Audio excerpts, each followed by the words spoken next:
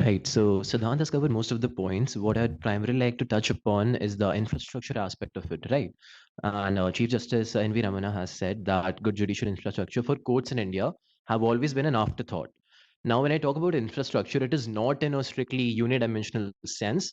It is physical infrastructure, it is personal infrastructure, and it is digital infrastructure. So this basically, if we look at the slides, it ties in the second what my points are going to do. They're going to tie in the second goal and the fourth goal, which talks about modernizing the judicial infrastructure as well as ensuring inclusiveness.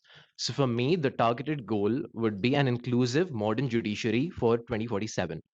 Right. So it is often seen that the most direct impact of the woes that the judicial system faces is the direct impact is faced by the marginalized groups, by the differently abled, and by the poor. Right. So what primarily needs to be done is that there should be some form of dissemination of knowledge of rights across these people so that they know how to go about these processes. And here again, when we talk about standardization, as Siddhant talked about, not just in legal education, it also needs to be there in judicial processes, right? Across different codes, across different states, not just horizontally, but as well as vertically, right? So that it becomes easier. And another problem that was identified in the slides was compliance burden, right?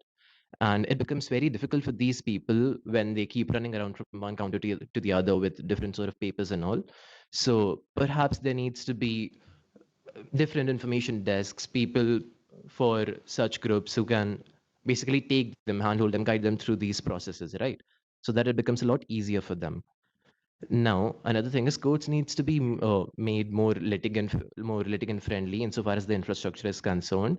There needs to be an ease of reaching the courts, navigation, availability of waiting areas, hygienes, and availability of sex segregated toilets as well, which, as per a lot of studies, are not there in several district courts.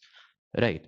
So now, when we talk about in an inclusive judiciary, what needs to basically happen is that when you talk about infrastructure, you need to design it in a particular way so that everyone is able to access it. We've talked about information gap.